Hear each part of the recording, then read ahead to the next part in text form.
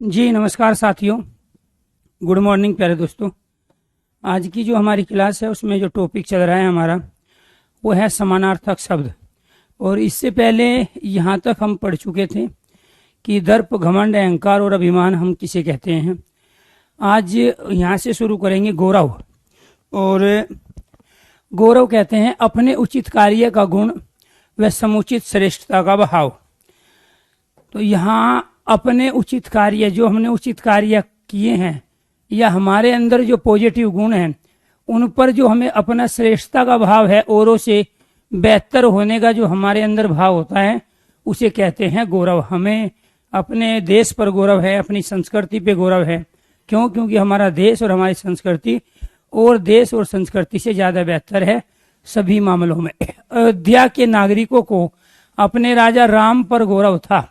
तो गौरव शब्द का प्रयोग हम इस सेंस में करते हैं। गर्व, रूप, यौवन, धन, विद्या आदि के कारण अपने को दूसरों से बढ़कर समझने का भाव क्या है, वो गर्व कहलाता है। गौरव और गर्व दोनों में अंतर है दोस्तों। गर्व हमेशा रूप पे होता है, सुंदरता पे होता है, यौवन पे होता है, धन पे होता है, विद्या पे होता है, लेकिन इन पर कभी गौरव नहीं हो सकता। क्लियर? तो गौरव हम अलग सेंस में प्रयोग कर रहे हैं, गर्व हम अलग सेंस में प्रयोग कर रहे हैं। तो रूप, यौवन, धन, विद्या आदि के कारण अपने को दूसरों से बढ़कर समझने का भाव क्या कहलाता है? गर्व। अनुमोदन, किसी कार्यवाही या कथन पर सहमति। किसी भी कार्यवाही है, कोई कथन है, उस पर जो सहमति है उसको स्वीकृति दे देते हैं, वो कहलाता है कार्यालयी भाषा में अनुमोदन, अर्थात मैंने अनुमोदन कर दिया। अध्यक्ष के गलत निर्णयों का समिति के सदस्यों ने अनुमोदन नहीं किया और वे निर्णय बदलने पड़े। समर्थन, किसी के प्रस्ताव विचार पर सहमति देना। किसी के प्रस्ताव विचार पर सहमति देना वो क्या कहलाता है? समर्थन। बैठक में अनिल के प्रस्ताव को सभी ने समर्थन दिया। स्वीकृति, ध्यान रखना तीनों अलग अलग चीजें हैं। एक तो है अनुमोदन, दूसरा क्या है? समर्थन, तीसरा स्वीकृति और फिर सनस्तुति। स्वीकृति कहाँ होगी? किसी प्रस्ताव, प्रार्थना को उच्च अधिकारी द्वारा मंजूर किया जाना। किसी भी प्रस्ताव या प्रार्थना को उच्च अधिकारी द्वारा मंजूर किया जाना स्वीकृति होती है। और किसी के प्रस्ताव या विचार पर सहमति देना समर्थन कहलाता है। जैसे बैंक मैनेजर ने लिपिक की छुट्टी स्वीकृत कर दी। लिपिक कौन कहते हैं? टाइपिस्ट। ठीक है। सनस्तुति किसे कहेंगे? किसी के आवेदन, प्रार्थना को प्रदान की जाने वाली सहमति। किसी ने कोई आवेदन किया है कि वो आपका आवेदन सही है या गलत है, अगर हम उसको स्वीकार कर लेते हैं वो क्या कहलाएगा? सनस्तुति को। किसी के आवेदन, प्रार्थना को प्रदान की जाने वाली सहमति। डॉक्टर ने मरीज की छुट्टी के आवेदन पत्र पर अपनी स्तुति दे दी है, अर्थात डॉक्टर उससे क्या हो गया है? पूर्ण रूप से समर्थित, उसने वो समर्थन कर दिया है कि हाँ जो आप कह रहे हैं वो सही है। तो यहाँ सनस्तुति, स्वीकृति, समर्थन और अनुमोदन ये प्यारे दोस्तों लगते तो हमें समानार्थी है, पर्यायवाची है, लेकिन अलग अलग संदर्भों में हम इसका प्रयोग करते रहते हैं। अगर आपको जो भी ये सामने लिखा हुआ है स्मार्ट बोर्ड पे, आपके मोबाइल पे, आपके सिस्टम पे ये क्लियर दिखाई दे रहा है और मेरी आवाज भी क्लियर आ रही है, तो आप में से कुछ स्टूडेंट एक बार ओके कीजिए, यस कीजिए।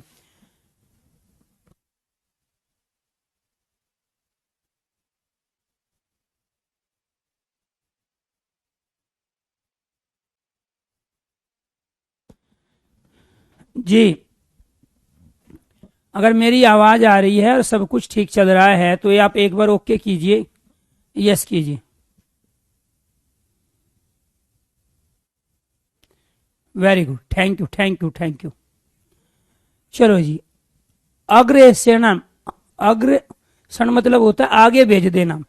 किसी आवेदन को या प्रार्थना पत्र को उच्च अधिकारियों के पास विचार के लिए भेज देना अग्रेषण कहलाता है। क्या कहलाता है? अग्रेषण। किसी के आवेदन को, प्रार्थना को उच्च अधिकारियों के पास विचार के लिए भेज देना क्या कहलाता है? अग्रेषण। छात्र के परीक्षा केंद्र के परिवर्तन के प्रार्थना पत्र को प्रधानाचार्य ने विश्वविद्यालय को अग्रेषित कर दिया है, अर्थात आगे भेज दिया है। पुष्टि, पूर्व में दिए गए मौखिक आदेश को बाद में लिखित रूप में प्रमाणित कराना पुष्टि कहलाता है। प्यारे दोस्तों, आपको ये ध्यान रखना है, जब आप सरकारी किसी भी डिपार्टमेंट में जाओगे और फाइनली आपका सिलेक्शन होगा, तो उस समय आप सरकार के भरोसेमंद सच्चे साथी और इंसान के रूप में काम कर रहे होते हैं। तो उस समय आपके जो अधिकारी है, अगर वो आपको फोन पे कहीं भी आपकी ड्यूटी लगाते हैं, तो जब तक आप उनसे लिखित में ना ले लो, उस चीज को साइन ना करा लो उस बात पे, तब तक आपको ड्यूटी ज्वाइन नहीं करनी चाहिए। और ये इसी बात को इसी बात को प्रूफ कर रहा है। किसी ने फोन किया, मना मत करो, हाँ भर लो, लेकिन उसको कहो कि आप ये चीजें ऑर्डर कर दो, इसका ऑर्डर निकाल दो, इसका आदेश निकाल दो। तो पूर्व में दिए गए मौखिक आदेश को बाद में लिखित रूप में प्रमाणित कराना, अदरवाइज आप बहुत बड़ी गलती कर जाओगे। वहां जहां उस अधिकारी ने आपकी ड्यूटी लगाई है, कुछ भी गड़बड़ हो जाता है और डॉक्यूमेंट्स में ऑन रिकॉर्ड आप वहां प्यारे दोस्तों नहीं मौजूद हो, तो फिर वो सारी गलती की जिम्मेदारी आपको दे दी जाती है। और ऐसे ही बड़े बड़े जो अधिकारी होते हैं, छोटी मछलियों को छोटे जो कर्मचारी होते हैं उनको शिकार बना के अपनी नौकरी बचा जाते हैं और यह गलत काम कर जाते हैं। सचिव ने सहायक सचिव को टेलीफोन पर जो आदेश दिए थे, सहायक सचिव ने पत्रावली पर सचिव से उसकी पुष्टि करवा ली। तो आपको यह ध्यान रखना है प्यारे दोस्तों कि यहाँ पर जब भी आपकी कहीं भी कोई ड्यूटी लगाता है, तो जब तक लिखित आदेश ना हो तब तक उसको आपको ज्वाइन नहीं करना चाहिए। इसके बाद अच्छाई, किसी व्यक्ति वस्तु के जो गुण होते हैं उसको कहते हैं हम अच्छाई। अच्छाई भलाई, किसी व्यक्ति के हित का कार्य, अगर आप किसी व्यक्ति का भला कर रहे हो, हित कर रहे हो, तो वो उसकी भलाई हो गई। किसी व्यक्ति वस्तु के जो गुण हो वो उसकी अच्छाई कहलाती है। अध्यक्ष, किसी संस्था का प्रधान अध्यक्ष कहलाता है। सभापति, किसी बैंक अथवा सभा का प्रधान, किसी बैंक अथवा सभा का प्रधान सभापति। आज की बैठक में एकेडमी के अध्यक्ष ने आ सकने के कारण वरिष्ठतम सदस्य को सभापति मनोनीत कर दिया और कार्रवाई को संपन्न किया। तो आप अध्यक्ष की जगह सभापति को सभा का नेतृत्व तब दे सकते हो जब वो सभा में उपस्थित ना हो, तभी सभापति उसका आप यार दोस्तों संबोधन कर सकता है सभा का, अदरवाइज वो पहले अध्यक्ष का काम है। इसीलिए आपको ये ध्यान रखना है, किसी भी संस्था का जो प्रधान होता है वो अध्यक्ष कहलाएगा, और किसी बैठक या सभा के प्रधान को, किसी बैठक और सभा के प्रधान को संस्था का प्रधान अध्यक्ष, सभा और बैठक का प्रधान सभापति। अधिवेशन, किसी संस्था का बड़ा सम्मेलन, अगर किसी संस्था ने बड़ा सम्मेलन बुलाया है जिसमें बहुत लोगों को आमंत्रित किया गया है, तो वो अधिवेशन कहलाता है। बैठक, किसी संस्था की किसी समिति की थोड़े समय के लिए जो सभा होती है उसको बैठक कहते हैं। किसी भी संस्था या समिति कमेटी की थोड़े समय के लिए जो सभा है वो बैठक कहलाती है, और किसी संस्था का जो बड़ा सम्मेलन होता है वो अधिवेशन कहलाता है। आर्य समाज के चल रहे वार्षिक अधिवेशन की आज दूसरी बैठक बड़ी ही महत्वपूर्ण रही है, क्योंकि ये कुछ समय के लिए होती है। आपत्ति, अचानक आया संकट आपत्ति कहलाता है, जिसके निवारण का प्रयास किया जा सकता है। आपत्ति के निवारण का प्रयास किया जाए, कोई समस्या आ गई आड़े तो उसका निवारण करना, उसका समस्या का सोल्यूशन करना ही निवारण कहलाता है। तो अचानक आया संकट आपत्ति कहलाता है। अचानक आया संकट आपत्ति। फिर विपत्ति क्या होगा? बाहरी आपत्ति, प्राकृतिक आपदा जिससे बचने का सहज कोई उपाय ना हो, सहज कोई उपाय ना हो तो वो क्या कहलाता है प्यारे दोस्तों? वो कहलाती है विपत्ति। बाहरी जो आपत्ति है, आपदा है, भूकंप है, बाढ़ है, आगजनी है, सुनामी है, ये सब क्या है? विपत्ति है। आधी, बहुत पूछा जाता है। मस्तिष्क संबंधी बीमारी अर्थात बेचैनी, बेचैनी जो होती है वो आधी कहलाती है। मस्तिष्क संबंधी बीमारी, ब्रेन से संबंधी बीमारी आधी है। और व्याधि क्या है? शारीरिक बीमारी है। शारीरिक बीमारी मान के चलो कोई कुंठा से ग्रसित हो गया, अवसाद में चला गया, तो वो आधी कहलाता है। और किसी को बुखार है, उल्टी है, दस्त है, किसी को डेंगू हो गया तो वो व्याधि है, वो शारीरिक बीमारी है, वो शरीर में है, अनिवार्य है, जिसका निवारण न किया जा सके। बहुत बार पूछा जा चुका है, जिसका निवारण न किया जा सके अर्थात जो करना ही जरूरी हो वो क्या कहलाता है? अनिवार्य। जिसके होने की बाध्यता हो। कॉलेज में प्रवेश लेने के लिए 36 अंक अनिवार्य हैं। अर्थात 36 से कम होंगे तो काम नहीं चलेगा। क्यों? क्योंकि जिसका निवारण न किया जा सके, जिसका होना लाजमी हो, वो क्या कहलाता है? अनिवार्य, आवश्यक, जरूरी। यदि बेरोजगारी दूर करनी है तो कम पूंजी के उद्योगों को प्रोत्साहन देना आवश्यक है। आवश्यक का मतलब क्या होता है? जरूरी होता है। अनुरोध, प्रार्थना और आग्रह तीनों अलग अलग सेंस में प्रयोग करते हैं, लेकिन आपके अनुसार ये समानार्थक कहलाते हैं। अनुरोध, किसी कार्य को करने का प्रार्थना युक्त आग्रह। अनुरोध क्या है? किसी कार्य को करने का प्रार्थना युक्त आग्रह अनुरोध कहलाता है। अपने से बड़ों को किसी कार्य को करने का निवेदन। अगर आप अपने से बड़ों से किसी कार्य को करने का निवेदन कर रहे हैं, उनसे रिक्वेस्ट कर रहे हैं, तो वो प्रार्थना है। तो अपने से बड़ों से हमेशा प्रार्थना होती है। किसी कार्य करने का जो प्रार्थना युक्त आग्रह है, आप लिखित में किसी को भी अपने कार्य करने के लिए प्रेरित करना चाहते हो तो वो अनुरोध कहलाता है। और आग्रह क्या? कार्य करवाने के लिए अधिकार भाव से थोड़ी जिद के साथ निवेदन करना आग्रह है। आपके साथ काम करने वाला कोई कर्मचारी है, आपके गांव का है, समाज का है, आपके रिश्तेदारी का है, बेशक कितना भी बड़ा अधिकारी, आपसे कितना भी बड़ा क्यों ना हो, लेकिन उसको आप जो जिद कह रहे कि आपको ये काम करना ही पड़ेगा, अधिकार भावना से कह रहे हो कि आप हमारे रिश्तेदार हो, गांव के, आप नहीं करोगे तो और कौन करेगा, तो वो क्या है? वो आग्रह है। और अपने से बड़ों से कोई भी कार्य करवाना है तो वो क्या है? प्रार्थना। अपने से बड़ों से किसी भी कार्य का निवेदन। और किसी कार्य को करने का प्रार्थना युक्त आग्रह आप लिखित में दे रहे हो, प्रार्थना पत्र दे रहे हो, तो वो क्या कहलाएगा? उससे अनुरोध। ठीक है, तो आपको ये ध्यान रखना है, अस्त्र, फेंक कर चलाए जाने वाले हथियार। मैं करा रहा हूं, इसी में से क्वेश्चंस भी आएंगे और फिर भी आप गलत करके आओगे। तो ये आपको ध्यान रखना है। अस्त्र क्या है? फेंक कर चलाए जाने वाला हथियार। जैसे तीर है, बर्छी और गोला है, तो तीर, बर्छी, गोला क्या है? ये अस्त्र है। क्यों? क्योंकि ये फेंक के चलाए जाते हैं। क्लियर? शस्त्र, हाथ में रखकर, शस्त्र हाथ में रखकर चलाए जाने वाले हथियार, जैसे तलवार है। दोबारा से ध्यान से सुनो, बहुत ज्यादा पूछे जाते हैं। अस्त्र है जो अपने शरीर से दूर जा रहे हैं, और शस्त्र जो अपने शरीर के पास रह के ही जिनसे है। गदा है तो गदा क्या कहलाएगी? गदा शस्त्र कहलाए। क्यों? क्योंकि गदा हाथ में रख के हम चलाते हैं।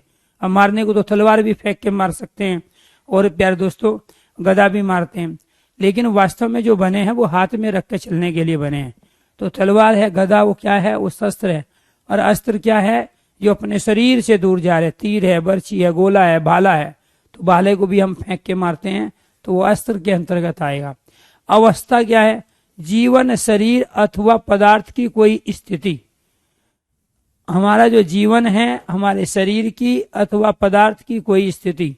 भाई जैसे हम जीवन की कह रहे हैं, वर्धावस्था है, ठीक है, किशोर अवस्था है, शैशव अवस्था है, ठीक है, तो बाल्य अवस्था है, तो यह शरीर की अवस्था होती है। तो ये जो जीवन और शरीर तथा पदार्थ की जो कोई भी स्थिति होती है वो अवस्था कहलाती है। बीमारी की अवस्था कैसी है? आजकल उनकी अवस्था अच्छी नहीं है। आयु किसे कहते हैं? जीवन की पूरी अवधि आयु कहलाती है। जीवन की पूरी अवधि आयु कहलाती है। आपकी आयु क्या है? जीवन की पूरी अवधि जो अब तक आपने जी। अनुराग, वस्तुओं के प्रति लगाव, अनुराग। स्नेह किसे कहेंगे? बड़ों का छोटों के प्रति प्रेम। बड़ों का छोटों के प्रति प्रेम जो होता है वो स्नेह है। माता पिता का बच्चों के प्रति जो प्रेम है वो वात्सल्य है। और वस्तुओं के प्रति, पदार्थों के प्रति जो प्रेम है वो अनुराग है। जैसे छोटा बच्चा है, मार्केट में जाता है, कुछ भी मांगने लगता है, जिद करता है, तो वो अनुराग करता है, वस्तुओं के प्रति है। और बड़ों का छोटों के प्रति जो प्रेम है वो स्नेह है। आसक्ति किसे कहेंगे? किसी के प्रति विशेष मोह। किसी एक बच्चे का किसी व्यक्ति, अपने दोस्त, अपने साथी के प्रति मोह, लड़के का लड़की के प्रति मोह, आसक्ति है, मेरी उसमें आसक्ति है, ठीक है। तो ये क्या है? किसी के प्रति विशेष मोह। तो यहाँ क्या है? परिणय, स्त्री पुरुष के बीच का प्रेम, अर्थात जो नौजवान होते हैं, ठीक है, तो आपको ध्यान रखना, स्त्री पुरुष के बीच का परिणय सबके बीच में नहीं होगा। तो स्त्री पुरुष के बीच के प्रेम को हम क्या कहते हैं? परिणय कहते हैं। प्रेम, छोटे बड़े सबके प्रति जो लगाव है वो प्रेम कहलाता है। छोटे बड़े, छोटों का बड़ों के प्रति और बड़ों का छोटों के प्रति जो लगाव है वो प्रेम कहलाएगा। लेकिन केवल स्त्री पुरुष का प्रेम, पुरुष का पुरुष के प्रति प्रेम पढ़ना नहीं होगा। स्त्री और पुरुष के बीच में जो प्रेम है वो परिणय कहलाता है। वात्सल्य, बड़ों का, विशेष रूप से माता पिता का छोटे बच्चों के प्रति प्रेम वात्सल्य कहलाता है। क्लियर। अद्वितीय, जिसके समान दूसरा कोई ना हो। द्वितीय मतलब दूसरा, और अद्वितीय जिसके समान दूसरा कोई ना हो, आएगा जरूर। अनुपम, जिसकी उपमा किसी अन्य से तुलना ना की जा सकती हो। तो आपको ये ध्यान रखना है, कई बार शब्दों को तोड़ के भी हम चीजों को पहचान सकते हैं। ये क्या है? वात्सल्य। ये क्या है? अद्वितीय। द्वितीय का मतलब होता है दूसरा, और आगे लगा दिया जो दूसरा ना हो, अर्थात जिसके समान कोई दूसरा ना हो। यहाँ एक शब्द क्या है हमारा? अन, और इसके बाद में क्या है यहाँ? उपमा। तो जिसकी उपमा ना हो। अन मतलब, उपमा मतलब तुलना, और अन मतलब ना हो। तो जिसकी उपमा अर्थात तुलना न की जा सके वो अनुपम कहलाता है। अर्चना, फूल दीप आदि देवताओं की पूजा अर्चना कहलाती है। फूल दीप आदि देवताओं की पूजा हम दीप से करते हैं, दिए से करते हैं, फूल से करते हैं, अगरबत्ती से करते हैं, ठीक है, धूमबत्ती से करते हैं। तो देवताओं की पूजा करते हैं, वो क्या कहलाएगी? वो अर्चना कहलाएगी। आराधना किसे कहेंगे? मनो आकांक्षा की पूर्ति हेतु अपने आराध्य देव की पूजा। आराधना में और अर्चना में अंतर है दोस्तों, देखो ध्यान से। आराधना में, जी, आराधना में और अर्चना में अंतर है। अर्चना क्या है? फूल से, दिए से, अगरबत्ती से, धूमबत्ती से किसी देवता की पूजा कर रहे हो, लेकिन कोई उनसे मनोकामना आप नहीं मांग रहे हो, उनसे कोई भी आप रिक्वेस्ट नहीं कर रहे हो, तो केवल और केवल वो अर्चना है। लेकिन जहां मनोकामना की पूर्ति हेतु आराध्य देव की पूजा की जाए उसको कहते हैं आराधना।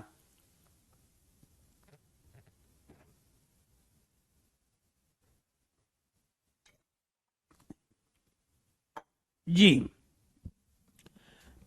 पूजा वस्तुओं के अतिरिक्त भाव के साथ ईश्वर की प्रार्थना। वस्तुओं के अतिरिक्त भाव के साथ ईश्वर की प्रार्थना वो क्या कहलाती है? वो पूजा कहलाती है। यानी कि आप बहुत सारा सामान लोगे और वो परमात्मा को, जो भी आपका आराध्य देव है, उसको भेंट चढ़ाओगे, तो वो क्या कहलाई? आपकी पूजा। उपासना, इष्ट देव, जो आपका इष्ट मतलब जो सबसे ज्यादा अभीष्ट है, जिसको आप सबसे ज्यादा चाहते हो, बहुत सारे देवी देवता, उनमें से सबसे पहले जिसकी पूजा करते हो वो उपासना। अभिनंदन, एक समारोह में किसी का औपचारिक रूप से सम्मान। मान के चलो आपके यहाँ कोई बड़ा गेस्ट आपने बुलाया है और आप उसको गेट पे लेने गए हो, या प्यारे दोस्तों आप उसको हवाई जहाज से वो आया है और वहां पे आप उसको रिसीव करने गए हो, तो वो अभिनंदन करोगे आप उसको। जो फूल माला या कुछ भी आप प्यारे दोस्तों उसको बुकेज वगैरह देते हो, वो उसका अभिनंदन है। लेकिन जब उसको बैठाओगे, किसी आए हुए व्यक्ति का सम्मान, वो स्वागत कहलाता है। जब आपकी स्टेज पे, आपके घर में, आपके प्रोग्राम में वो उपस्थित होगा, तो तब आप क्या करोगे? उसका स्वागत। लेकिन राह में चलते हुए अगर प्यारे दोस्तों आप उससे वास्तव में सम्मान देना चाहते हो, तो वो कहलाता है अभिनंदन। क्या कहलाता है? अभिनंदन। अधिक, आवश्यकता से ज्यादा, सब्जी में नमक अधिक है। काफी, काफी किसे कहेंगे? सब्जी में नमक कम है क्या? नहीं, काफी है। काफी मतलब पर्याप्त, और अधिक मतलब आवश्यकता से ज्यादा है। अमूल्य, जिसका कोई मूल्य न आंका जा सके, किसी भी मूल्य पर प्राप्त न किया जा सके, वो क्या कहलाता है? अमूल्य। जिसका कोई मूल्य न आंका जा सके, मूल्य न लगाया जा, सूरज की धूप का कोई मूल्य है नहीं है, पेड़ की छांव का कोई मूल्य नहीं, ठीक है, पेड़ की छांव को आप कोई मूल्य नहीं दे सकते हो। तो पेड़ के नीचे जो छांव है उसमें वो एसी कमरे में भी नहीं होती है, तो उसका कोई मूल्य ना तो आंका जा सकता है, ना दिया जा सकता है, ना लगाया जा सकता है। बहुमूल्य, ज्यादा मूल्य है, जिसका बहुत मूल्य हो और वह मूल्य चुकाकर प्राप्त की जा सकती हो। जैसे सोना है, बहुमूल्य वस्तु है सोना, लेकिन आप पैसे दे के सोने को खरीद सकते हो, लेकिन पेड़ की छां को और सूरज की धूप को आप खरीद नहीं सकते हो, न उसका कोई मूल्य लगा सकते। माता पिता ने आपके प्रति जितने भी काम किए हैं, आपको पाला पोसा है, वह अमूल्य है, उसका कोई मूल्य नहीं है, वो चुका नहीं सकते हो आप। इसलिए इनके बारे में आपको जानना जरूरी है। अभिलाषा, किसी को प्राप्त करने की हार्दिक इच्छा। जो शब्दावली वाले आपके क्वेश्चन गलत होते हैं, उसके पीछे रीजन ये है कि आप किताबों में दिए गए 100, 150, 250 शब्दों को आप रटते हो और बिना शाब्दिक अर्थ को समझे, बिना शब्दों का कहाँ प्रयोग किस संदर्भ में करते हैं, बिना उसको समझे आप उनको केवल रटते हो, जिसके कारण वो समस्या आती है कि आपके वहां से क्वेश्चन ज्यादातर गलत होते हैं। जिस दिन पढ़ते हैं याद होता है, 2 दिन बाद क्वेश्चन करेंगे तो आधे गलत हो जाते हैं। जब आप किसी शब्द का अर्थ जान जाओ, जब आप किसी शब्द का कहाँ, किस संदर्भ में, किस प्रसंग में, किस कथन में हम प्रयोग कर सकते हैं, हम किस सेंस में प्रयोग कर सकते हैं, अगर आपको ये पता चल जाए तो शब्दावली के क्वेश्चन कभी गलत नहीं होते हैं। चाहे वो विलोम शब्द है, पर्यायवाची है, एकार्थी है, अनेकार्थी है, श्रुति संवेदनार्थक शब्द है, वाक्यांश के लिए एक शब्द है, चाहे वर्तनी ही क्यों ना हो, क्योंकि ये सारी की सारी क्या है आपकी, ये वर्तनी है। क्लियर। अभिलाषा, किसी को प्राप्त करने की हार्दिक इच्छा अभिलाषा है, किसी को प्राप्त करने की। तो आप नौकरी लेना चाहते हो तो वो अभी आपकी अभिलाषा है, इच्छा है, आवश्यकता है या आपकी कामना है, ये आप डिसीजन लोगे। क्वेश्चन आपका यही है, आप जो नौकरी लेना चाहते हो वो आपकी इच्छा कहलाएगी, वो आपकी अभिलाषा कहलाएगी, वो आपकी आवश्यकता कहलाएगी, या फिर वो आपकी कामना कहलाएगी। राइट आंसर क्या है? जी जी, वेरी गुड।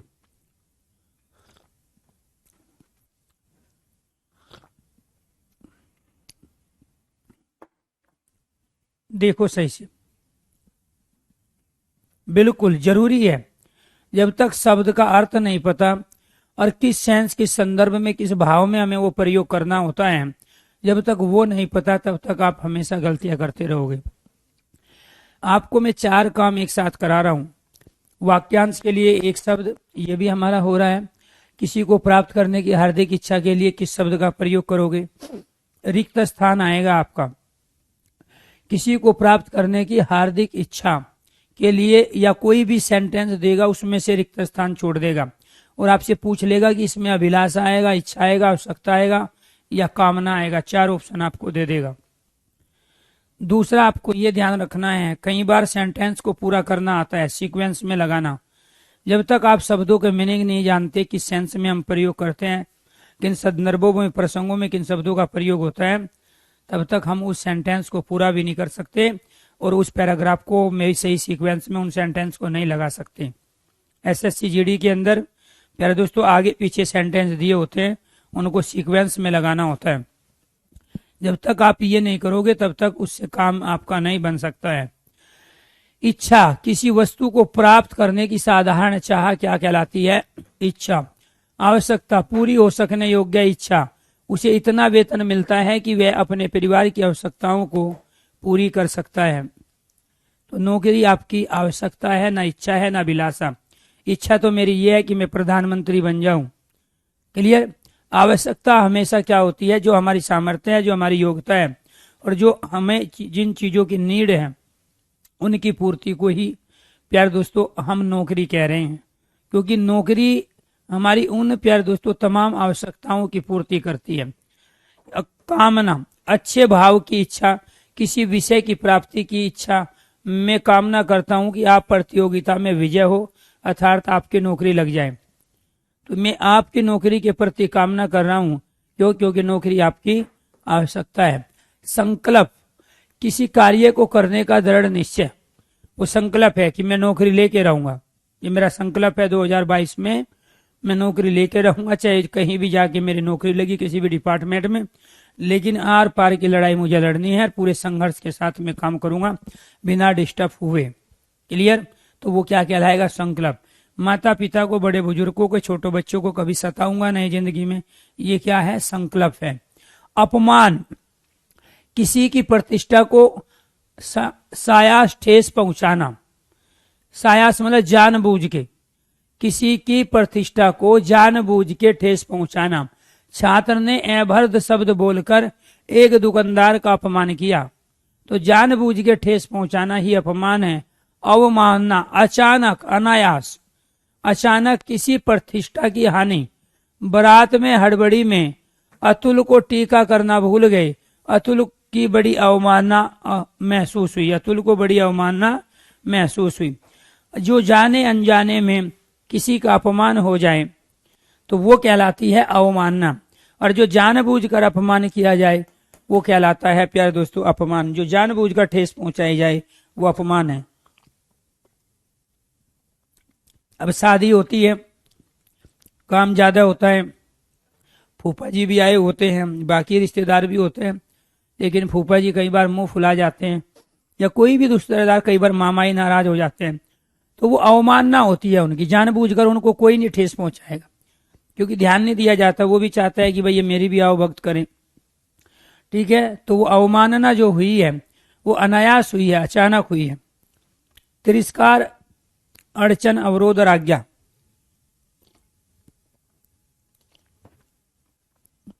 जी, किसी वस्तु व्यक्ति के सम्मान की अपेक्षा करना वो तिरस्कार है। छात्र ने अध्यापक को नमस्कार न कर उसका तिरस्कार किया। अड़चन, अचानक आई बाधा जिसे दूर किया जा सकता है वो अड़चन है। अवरोध, जानबूझकर खड़ी की गई बाधा वो अवरोध है। अड़चन क्या है? अचानक आई बाधा, जिसका पहले से अनुमान था ही नहीं, तो अचानक आई जो बाधा है वो क्या कहलाता है? अड़चन। अवरोध, जानबूझकर खड़ी की गई जो बाधा है वो क्या कहलाता है? अवरोध। मान के जानबूझ के कोई पैर लगाता है किसी की, तो वो क्या कह रहा है? वो जानबूझकर उसको समस्या देना चाहता है। आज्ञा, सुग्रीव ने सीता को तलाशने के लिए हनुमान को आज्ञा दी। तो आज्ञा बड़े अधिकारियों को छोटों के द्वारा, बड़ों को छोटों को दी जाती है, चाहे वो अधिकारी हो, चाहे वो एज में या पद में बड़ा हो। आदेश, किसी कार्य को आवश्यक रूप से करने का हुक्म, तो वो क्या कहलाता है? आदेश, जो सब पे लागू होता है। हर स्थिति, हर परिस्थिति में जो सब पे लागू हो जाए वो क्या कहलाता है प्यारे दोस्तों? आदेश। किसी कार्य को आवश्यक रूप से करने का जो हुक्म है वो आदेश है। सरकार ने रविवार को पेट्रोल पंप बंद रखने का आदेश दिया, और वो सब पे लागू होगा। अनुमति, परमिशन, इजाजत। पेट्रोल पंप वालों ने सरकार से रविवार को भी दोपहर तक पेट्रोल पंप खोलने की अनुमति प्राप्त कर ली। इसके बाद निर्देश, मार्गदर्शनपरक आदेश। अध्यापक के निर्देशानुसार विद्यार्थियों की परीक्षाएं की तैयारी की गई। तो निर्देश क्या है? डायरेक्शन। अनुमति क्या है? इजाजत, परमिशन। आदेश क्या है? किसी कार्य को आवश्यक रूप से करने का हुक्म। आचार, व्यक्ति के चरित्र एवं चाल चलन संबंधी आचरण, उसका आचार कहलाता है। व्यवहार, दूसरों के साथ किया जाने वाला आचरण, जो हम दूसरों के साथ कर रहे हैं वो क्या कहलाया? व्यवहार। और व्यक्ति का खुद का जो चरित्र है, चाल चलन है, उससे संबंधी जो उसका व्यवहार है, तो वो उस खुद का जो व्यवहार है वो उसका आचार है। दूसरों के साथ किया गया उसका जो प्यारे दोस्तों आचरण है वो व्यवहार कहलाता है। अनुमान, बौद्धिक तर्क द्वारा लिया गया निर्णय। ये अनुमान भी ज्ञान होता है।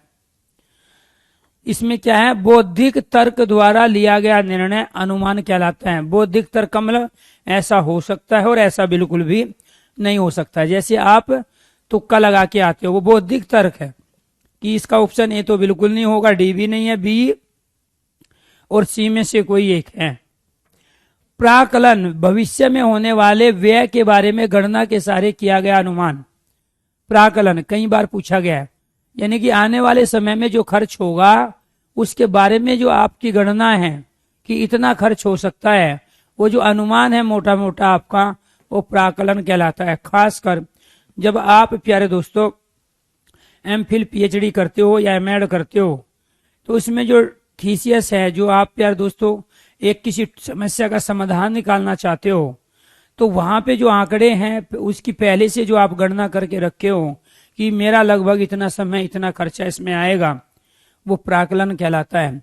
अपयश, यश के बाद होने वाली बुराई, मतलब जिसकी पहले से प्रसिद्धि थी, पहले से यश था, पहले से जो फेमस था, उसके बाद प्यारे दोस्तों वो क्या हुआ? उसकी बुराई हुई। जैसे अभी प्यारे दोस्तों शिल्पा शेट्टी। शिल्पा शेट्टी पहले फेमस थी, लेकिन जो कुंद्रा जी ने गड़बड़ किया काम, तो उसकी वजह से वो उसमें इन्वॉल्व थी उसके साथ, और वो काम समाज के लिए बड़ा ही वास्तव में बहुत बुरा काम था। तो इसीलिए बाद में उसका क्या हुआ, अपयश हुआ, बुराई हुई। तो जिसका पहले से यश हो, प्रसिद्धि हो, उसका बुरा होना, उसकी बुराई होना ही अपयश है। कलंक, समाज विरोधी आचरण करने पर जो लांछन लगा वो कलंक है। आपने लड़की को छेड़ दिया, या मान के चलो आपने किसी बुजुर्ग को गाली ऊपर दी, तो वो आपके ऊपर कलंक लगा, समाज विरोधी आचरण हो गया वो। निंदा, किसी के कार्यों की बुराई करना, उसके गुण और दोष के आधार पर बुराई करना। तो किसी कार्यों की बुराई करना निंदा है, समाज विरोधी आचरण करना कलंक है। और पहले प्रसिद्धि थी और बाद में उसकी बुराई हुई, तो वो क्या कहलाया, उसका अपयश कहलाया। आशा, किसी अच्छे कार्य के होने की उम्मीद। आशा क्या है, किसी अच्छे कार्य के होने की उम्मीद आशा है। आशंका, किसी अनिष्ट के होने की या किसी अच्छे कार्य के न होने की संभावना आशंका है। आपको उत्तीर्ण होने की क्या है, आशा है, आशंका है या संभावना है। और आपको अनुत्तीर्ण होने की क्या है, अनुत्तीर्ण मतलब फेल होना। तो फेल होने की आपको क्या होती है, ना संभावना होती है ना आशा होती है, बल्कि आकांक्षा होती है कि आप फाइनल सिलेक्शन लोगे कि नहीं लोगे। आप पास होंगे तो पास होने की आपको पूरी आशा है, पास होने की पूरी संभावना है, लेकिन फेल होने की क्या होती है, हमेशा आशंका। किसी अनिष्ट के होने या किसी अच्छे कार्य के न होने की संभावना। इस बरसात में इस मकान के गिरने की आशंका है और मुझे तुम्हारे उत्तीर्ण होने में आशंका है। तो इन सेंस में हम आशंका का प्रयोग करेंगे। मुझे तो मरीज के ठीक होने की पूरी आस है, पूरी आशा है, तो आस को ही आशा कहते हैं। किसी इष्ट कार्य के होने की स्थिति, संभावना। बादल मंडरा रहे हैं, आज बरसात होने की संभावना है। विश्वास, किसी पर भरोसा, विश्वास। अन्वेषण, पहले से ही विद्यमान किसी वस्तु की खोज, जो समाज में, संसार में, जो प्रकृति में पहले से मौजूद है लेकिन सबकी नजरों के सामने नहीं है, उसको खोज के निकाल के सबकी नजरों के सामने ले आना, वो क्या कहलाता है, अन्वेषण। पुरातत्ववेताओं ने टीले में दबी एक पुरानी सभ्यता का अन्वेषण किया। अन्वेषण मतलब पहले से ही मौजूद किसी वस्तु की खोज है। और अनुसंधान, छानबीन कर किन्हीं गुप्त नवीन रहस्यों का पता लगाना। छानबीन कर किसी गुप्त नवीन रहस्यों का पता लगाना। हिंदी के विद्वानों ने हिंदी के उपन्यासों पर आधुनिक मनोविज्ञान के क्या प्रभाव पड़े, इसका अनुसंधान किया। आविष्कार, एक नई अपूर्व वस्तु व सिद्धांत का निर्माण। जैसे मार्कोनी ने रेडियो का आविष्कार किया, एकदम नहीं, और वो भी अचानक आई। क्लियर। तो आपको ये ध्यान रखना है प्यारे दोस्तों कि एक नई अपूर्व वस्तु और सिद्धांत का निर्माण क्या कहलाता है, आविष्कार। छानबीन कर किन्हीं गुप्त रहस्यों का पता लगाना। अनुसंधान, पहले से मौजूद वस्तुओं को लोगों के सामने प्रस्तुत कर देना। अन्वेषण, ये तीनों अलग अलग शब्द है। आकार, किसी वस्तु का उसकी लंबाई, चौड़ाई, ऊंचाई से संबंधित रूप, वो क्या कहलाया, आकार। टेबल का आकार छोटा है या बड़ा। रूप, किसी वस्तु की संपूर्ण आकृति जिसमें रंग आदि भी सम्मिलित होता हो। किसी वस्तु की संपूर्ण आकृति जिसमें रंग भी शामिल होता है, जैसे उसके रूप, लंबाई, नाक, नक्शा, रंग आदि पर न जाइए, उसके ज्ञान पर देखिए। उसके ज्ञान को देखिए। किसको देखिए, उसके ज्ञान को देखिए। आनंद, आत्मिक एवं व्यापक। हर्ष, मानसिक क्षणिक आनंद से कम, जो आनंद से कम हो। मानसिक आनंद हो, क्षणिक हो, कुछ समय के लिए हो। आदरणीय, बड़ों के लिए आदर सूचक शब्द। वह व्यक्ति जिसे हम आदर करने योग्य समझते हैं, उसके लिए हम आदरणीय शब्द का प्रयोग करते हैं। किसके लिए करेंगे, बड़ों के लिए करेंगे। कैसे, किस सेंस में करते हैं, आदर के लिए करते हैं। आदर सूचक शब्द है, अपने से बड़ों के लिए आदरणीय। पूज्य, पूजनीय, माता पिता, गुरु के लिए प्रयोग होता है। जिसके प्रति अत्यंत आदर भाव हो, ईश्वर के प्रति, माता पिता के प्रति, दादा दादी के प्रति, गुरु के प्रति हमेशा पूज्य या पूजनीय लगाएंगे। आप कहीं भी जाके पूजनीय शब्द प्रयोग नहीं कर दोगे। प्रिंसिपल के लिए आदरणीय का प्रयोग करोगे, अपने से बड़े अधिकारियों के लिए आदरणीय का प्रयोग करोगे, पूज्य पूजनीय का प्रयोग नहीं करोगे। पूज्य पूजनीय ईश्वर ही होते हैं जो पूजा के योग्य है। जो पूजा के योग्य है वो पूजनीय है। उसमें ईश्वर है, माता पिता, गुरु है, दादा दादी है, तो वे सब क्या है, नाना नानी है, मामा मामी है, वे सब क्या है, पूज्य है। क्लियर। लेकिन आदरणीय क्या है, आपके अधिकारी जो आपसे पद में बड़े हैं, आपसे एज में बड़े हैं, वो सब क्या है, आपके लिए आदरणीय। माननीय क्या होंगे, सम्माननीय, बड़ों के प्रति सामान्य आदर सूचक शब्द। तो ये क्या है, ये हल्का शब्द है, ये नेता लोगों के लिए ज्यादा प्रयोग करो, ठीक है। माननीय, उनके लिए आदरणीय भी मत करो, क्योंकि वे आदर के योग्य भी नहीं होते हैं, ठीक है। पूजनीय तो भूल के मत कर देना किसी नेता के लिए प्रयोग, ठीक है। तो इसीलिए माननीय और सम्मान्य क्या है, बड़ों के प्रति सामान्य आदर सूचक शब्द है, ठीक है। आदि, आदि का अर्थ होता है प्राय एक या दो उदाहरणों के बाद आदि का प्रयोग होता है।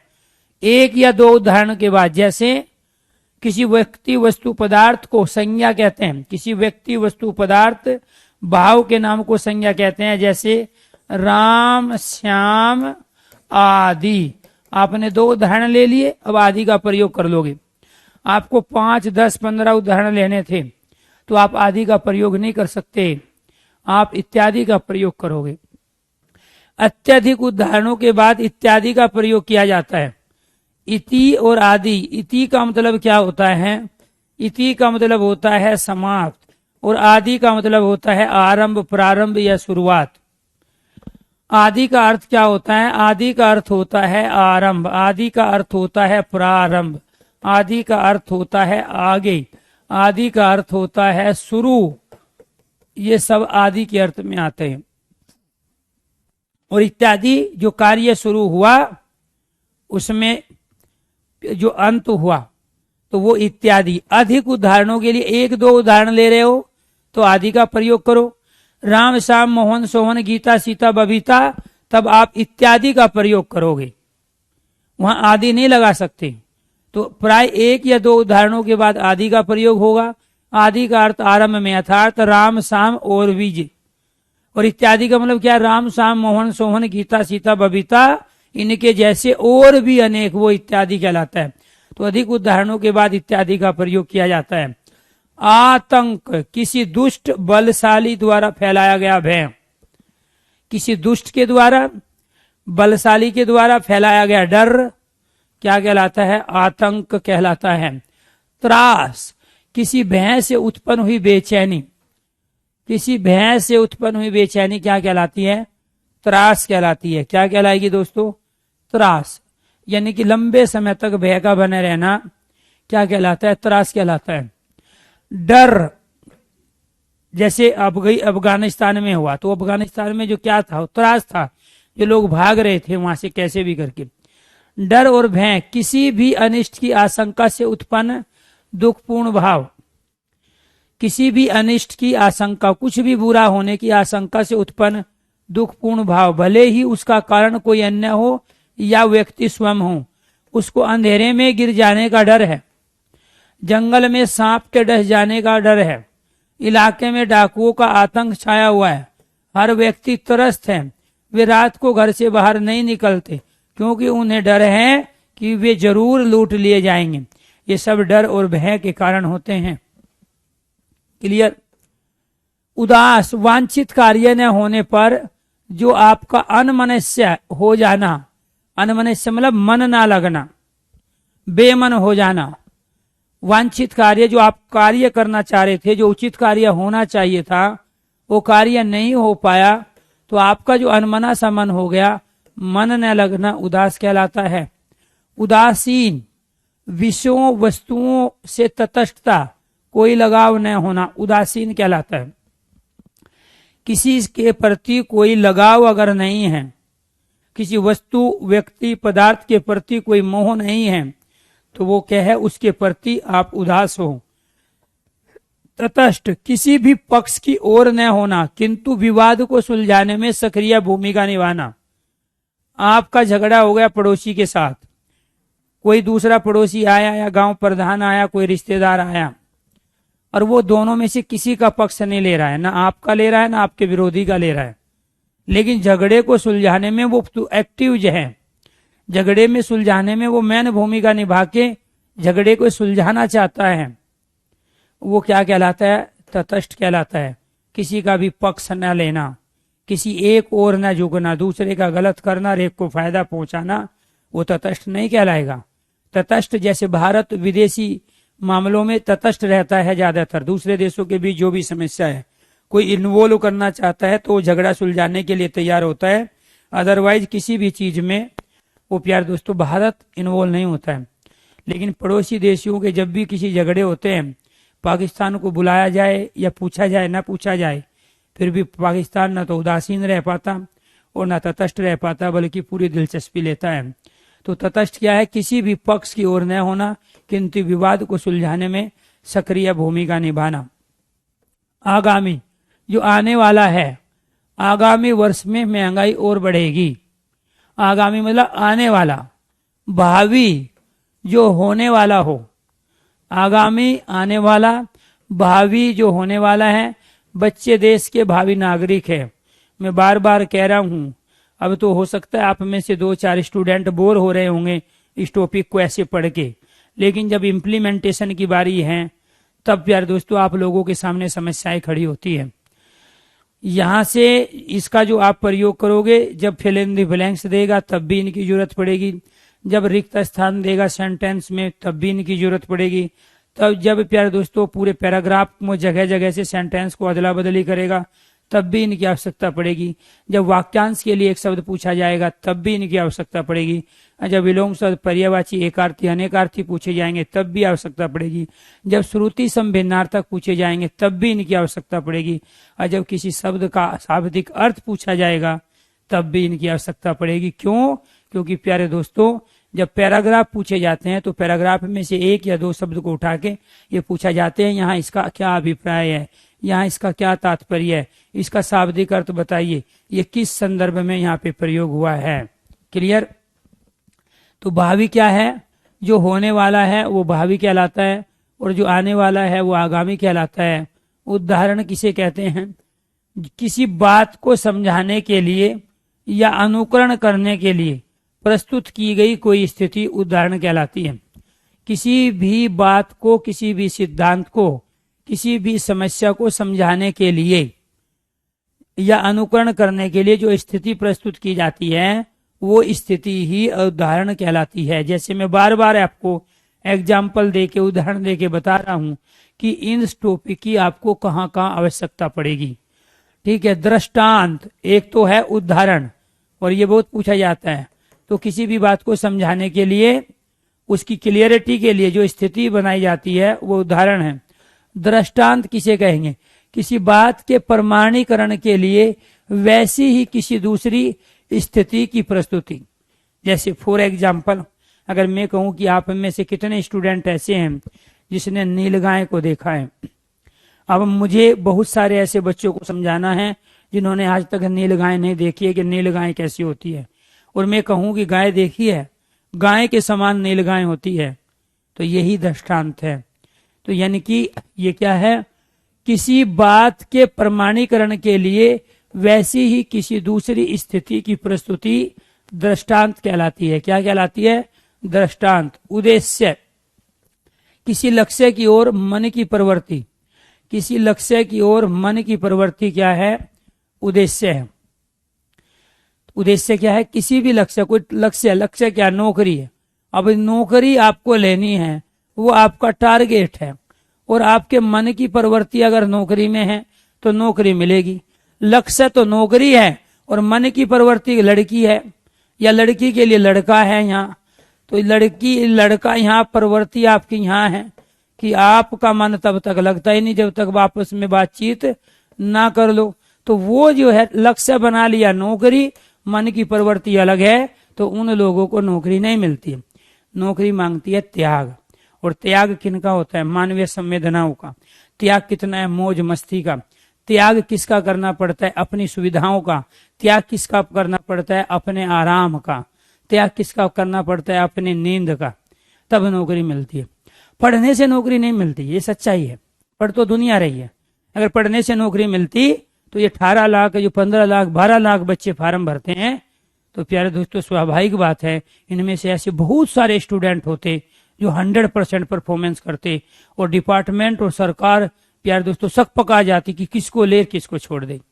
अगर पढ़ने से नौकरी लगती, और मान के चलो 100 नंबर का पेपर है, ठीक है, 15 लाख 18 लाख बच्चे जो है प्यारे दोस्तों फार्म भरते हैं, एवरेज 10 लाख तो सब में भरते हैं, तो 100 नंबर का पेपर है, तो कम से कम, और वैकेंसी कितनी है 10,000, वैकेंसी कितनी है आपकी 10,000 वैकेंसी है मान के चलते हैं, और 100 नंबर का आपका पेपर है, 10 लाख बच्चों ने फार्म भरा है, तो 10,000 वैकेंसी में से, इसमें से 100 में से 100 करने वाले लोग कम से कम 30,000 तो होते अगर पढ़ने से नौकरी मिलती, कम से कम 30,000। अब सरकार के सामने समस्या खड़ी हो जाती कि कौन से 10,000 ले, क्योंकि पेपर में 30,000 बच्चों ने 100% परफॉर्मेंस की है, तो फिर क्या करना पड़ेगा, भर्ती कैंसिल करनी पड़ेगी।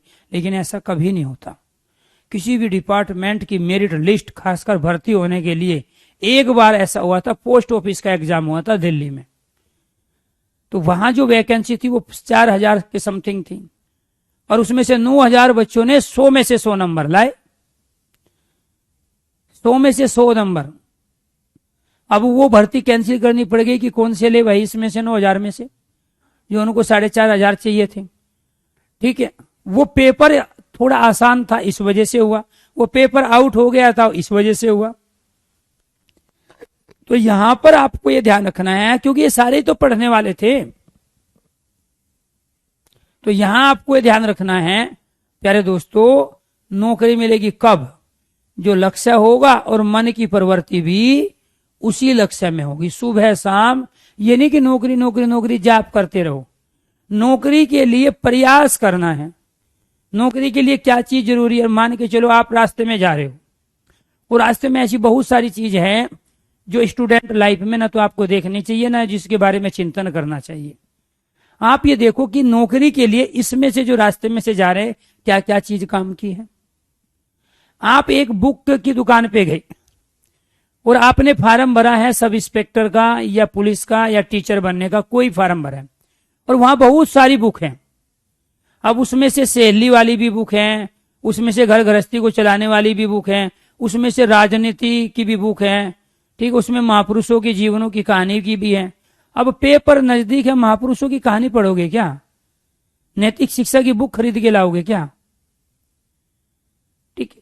अब मान के चलो आपका मन कर रहा है, बहुत दिन हो गए फिल्म नहीं देखी, और पेपर है 15 दिन बाद, 1 महीने बाद, और आपका साथी कह रहे हैं चलो यार मैं फिल्म दिखाऊंगा, आपका पैसा थोड़ा ही लग रहा है, तो जब आप 2 घंटे उसके साथ जाना, 3 घंटे की मूवी देखना और उसके पैसों से देखना, इस लालच में गए कि ये फ्री दिखा रहा है, तो इसका मतलब आपका लक्ष्य कुछ और है और मन की प्रवृत्ति आपकी कुछ और है। तो ये जो कह रहे हैं ना बार बार कि नौकरी त्याग मांगती है, त्याग का मतलब क्या है, कपड़े ना पहनो, ये नहीं है त्याग का। त्याग का मतलब ये है कि जब आपके पास ऑफर था फिल्म में देखने का, आपने उसको ठुकरा दिया, और वो भी फ्री में, वो त्याग है। वो जो अपने जो सुख अपने आप कम किए, अपनी सुविधाएं जो जानबूझ के अपने आप कम किए हैं। आपके पास मोबाइल है, मोबाइल में बहुत सारी चीज है, लेकिन आप उस मोबाइल को कम से कम यूज कर रहे थे। जो हाय हेलो बेफालतू की हो रही है, कम से कम वो त्याग है। आप बिना मोबाइल के 10 दिन रहे, वो त्याग हो गया आज की डेट में। जबकि अगर मैं दूसरी भाषा में कहूं तो वो कुछ भी नहीं था, लेकिन अगर कोई मोबाइल से 10 दिन दूर रह जाए तो वो आज की डेट में वही बड़ा त्याग होगा।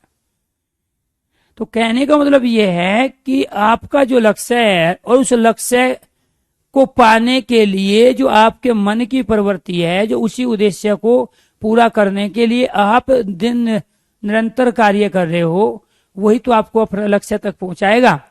लेकिन मन की प्रवृत्ति हमारी होती है कहीं और लक्ष्य होता है हमारा कुछ और। लक्ष्य वह बिंदु जिस पर दृष्टि रखकर कार्य किया जाए। अब ईमानदारी से कह रहा हूं, आज तक मैं अपने साथियों के साथ जाता हूं, और मैं खुद ड्राइविंग करके जाता हूं, और एक रास्ते पे मैं 10 बार जाता हूं, लेकिन मुझे वो रास्ता याद नहीं होता है। और ये सब शिकायत करते हैं यार तू अभी गया तो था, मैं ले गई यहाँ 10 दिन पहले। जब मुझे ये पता है कि साइन बोर्ड लगे हुए हैं तो मैं उसका प्रयोग करूंगा, या फिर जब मुझे जाना होता है तो मैं पहले से निर्धारित करूंगा कि मुझे इस रास्ते से होके यहाँ से निकलना है और यहाँ जाना है, इतना टाइम लगेगा, इतना जाम हो सकता है। या फिर मैं जो प्यारे दोस्तों जो गूगल बाबा ने जो मैप दिया हुआ है उस मैप का प्रयोग करूंगा।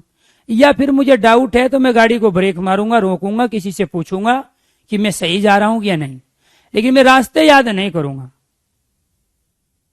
अब आप ये कहोगे सर ऐसा क्यों है? क्योंकि मुझे पता है रास्ते याद करने से मेरी लाइफ में कोई ज्यादा प्रोग्रेस नहीं होने वाला है, क्योंकि मैं अपने दिमाग में केवल उन चीजों को करूंगा जिससे मैं आगे बढ़ सकता हूं, जो मेरे काम की हो सकती है। अब मान के चलो मैं राजस्थान गया किसी की शादी में और मैं कोटा गया। अब कोटा में कहां से होके गया वो नॉलेज है, मुझे पता है कि ये रास्ते हैं, ये जो है जिले है और इसके अंदर ये चीजें, लेकिन मैं वहां पे सारी चीजें देखता हुआ दिमाग में करता हुआ जाऊं, उससे ज्यादा बढ़िया तो मैं ये देख लूंगी मेरे कितने टॉपिक बचे हैं आपके बैच में और कितने कंप्लीट हो गए और ये बैच कब कंप्लीट हो जाएगा। तो कुल मिला के इसको मेरे साथ ये कहते हैं कि आपका दिमाग केवल वहां काम करता है जिससे आपका जो काम है, जो करने का स्टाइल, वो आसान हो जाए। आप उसी के बारे में हमेशा सोचते हो, आप दाएं बाएं की चीजों को सोचते नहीं। ऐसा नहीं है। इंसान के पास देखने के लिए पूरी दुनिया है, सीखने के लिए प्यारे दोस्तों 24 घंटे नहीं, आपका पूरा ब्रह्मांड खाली पड़ा हुआ है। लेकिन बात यह है कि हम अपने लिए जो हमारे अंदर परमात्मा ने जो कैपेसिटी दी है, जो स्किल्स दिए हैं, उसके लिए क्या क्या चीज हमारे लिए जरूरी है, उनको आप अचीव करो, उन पे फोकस करो, बाकी चीजों को साइड से जाने दो। ठीक है। प्रधानमंत्री भी पूरे देश के बारे में नहीं जानता है, और जो पीएचडी कर लेते हैं ना, वो तो उनका तो और भी संकुचित हो जाता है मामला। वो तो पर्टिकुलर किसी एक क्षेत्र में ही आगे बढ़ते रहते हैं। दाएं बाएं के जितने भी क्षेत्र होते हैं, अनभिज्ञ घर चलाने में सारे फेल हो जाते हैं सारे पीएचडी। ठीक है। फिर इसीलिए वो सरेंडर करते चले, चुप रहते हैं घर में। क्यों?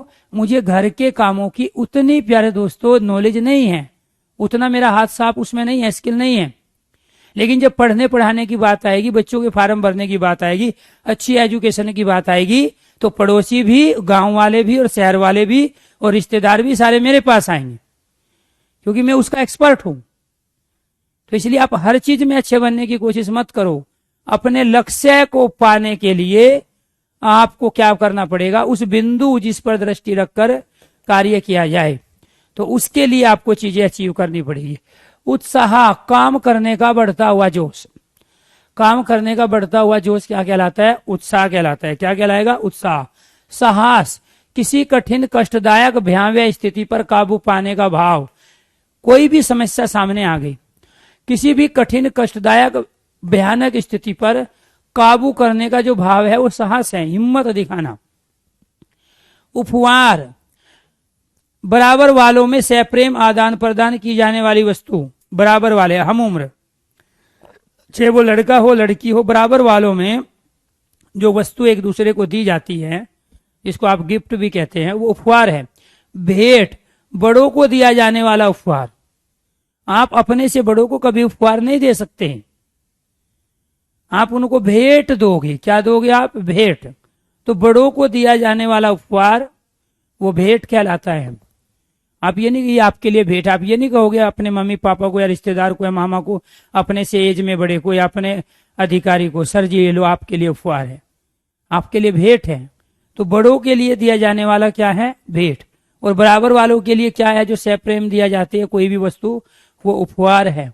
फिर कुख्यात, बुरे कार्यों के कारण किया जाने वाला, डाकू चोर भ्रष्ट व्यक्ति आदि, ये सब क्या है? कुख्यात है। बुरे कार्यों के कारण जाने जाने वाला, जो बुरे कर्म की वजह से जाना गया, जैसे कंस है, रावण है। ख्यात और विख्यात, अच्छे कार्यों के लिए जो प्रसिद्ध हुआ वो ख्यात और विख्यात कहलाता है। उपकरण, किसी वस्तु के निर्माण हेतु जो यंत्र बनाया जाए वो उपकरण है। उपादान, किसी वस्तु के निर्माण में आवश्यक वह सामग्री जिससे वह पदार्थ बनते हैं। जैसे पानी हाइड्रोजन ऑक्सीजन से मिला, तो पानी का उपादान क्या है? ऑक्सीजन और हाइड्रोजन। कुम्हार ने प्यारे दोस्तों घड़ा बनाया, तो उसका उपादान क्या है? मिट्टी, मिट्टी से बना। उपयोग, किसी वस्तु के लाभ को जानते हुए उसको काम में लाना। किसी वस्तु के लाभ को जानते हुए उसको काम में लाना क्या कहलाता है? उपयोग। प्रयोग किसी वस्तु के लाभ को परखने के लिए उसे काम में लेना व साधारण रूप से व्यवहार में लाना। दोबारा से देखो, किसी वस्तु के लाभ को जानते हुए, हमें पता है कि इस मार्कर का लाभ ये है कि बार बार इसमें इंक नहीं डाली जाएगी, तो किसी वस्तु के लाभ को जानते हुए उसको काम में लेना, मैं इसको काम में ले रहा हूं।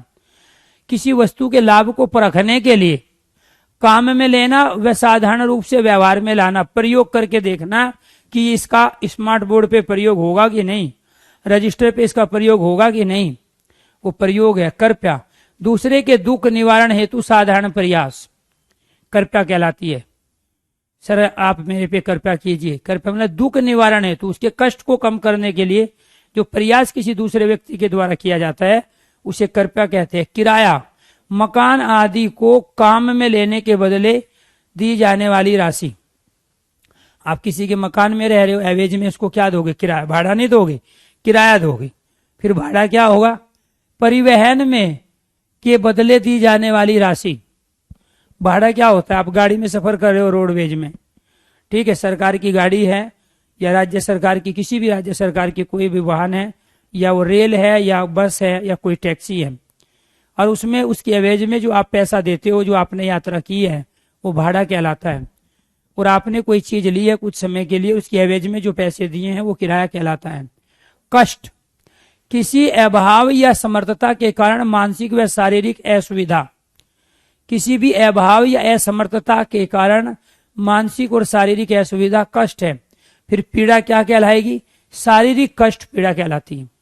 तो शारीरिक और मानसिक जो दोनों हैं वो कष्ट है, शारीरिक और मानसिक। केवल शारीरिक कष्ट पीड़ा है, और क्लेश क्या है? किसी अवांछित कार्य स्थिति का गहरा मानसिक कष्ट। तो यहां जो क्लेश है वो क्या है? मानसिक कष्ट। तो ये क्या है? किसी वांछित कार्य स्थिति का गहरा मानसिक कष्ट क्या कहलाया? क्लेश। कई बार होता नहीं है घर में, यार क्लेश पैदा मत करो, अर्थात वो मानसिक अशांति को प्रदान करते हैं। पीड़ा, शारीरिक कष्ट, आपको दर्द हो रहा है शरीर में, वो पीड़ा है। और मानसिक और शारीरिक दोनों क्या कहलाते हैं? जो पीड़ा होती है वो कष्ट कहलाती है। जय हिंद सर, हम कांस्टेबल है यूपी में, और मेरा यूपीएसआई का पेपर 30 तारीख को है, कुछ गुरु मंत्र दीजिए। ठीक है, हाँ कोई नहीं। देखो रीजन क्या है, आपने अब तक जो पढ़ा है उस पर भरोसा रखो, ठीक है। उनके लिए डिफिकल्ट है जिन्होंने हिंदी मेरे से नहीं पढ़ी है और जिन्होंने हिंदी को ढंग से नहीं पढ़ी है। हिंदी कभी डिफिकल्ट आती नहीं है, इस बात को आप मान लो, ठीक है। तो यहाँ ये सही मातृभाषा है, मदर लैंग्वेज है, और आपकी जितनी एज है इतने साल से आप हिंदी पढ़ रहे हो, लेकिन बशर्ते क्या है, चीजों का सीक्वेंस नहीं है आपके पास। और जब सीक्वेंस नहीं होगा, लॉजिक नहीं होगा, तो वही चीज आपके लिए डिफिकल्ट बन जाएगी। आप अपने पे भरोसा रखो, कुछ भी एक भी क्वेश्चन ऐसा नहीं आएगा जो मैं ऐप पे पढ़ाया हूँ किसी भी बैच में उससे बाहर आ जाए, जो मैं यूट्यूब पे पढ़ा रहा हूँ उससे बाहर आ जाए, क्योंकि मेरा ऐसा आधा अधूरा काम नहीं होता। जब भी करूंगा तो पूरा करूंगा। आपने देखा होगा एक ही टॉपिक के 4-4, 5-5 लेक्चर में क्यों लेता हूं? मैं चाहता मैं आपको 30 लेक्चर में भी हिंदी कंप्लीट कर देता। क्यों देता हूं भाई मैं 50, 60, 70 क्लासें? वो इसीलिए देता हूं क्योंकि पहले जो क्वेश्चंस की वैरायटी थी और आज की जो क्वेश्चन की वैरायटी बदल चुकी है।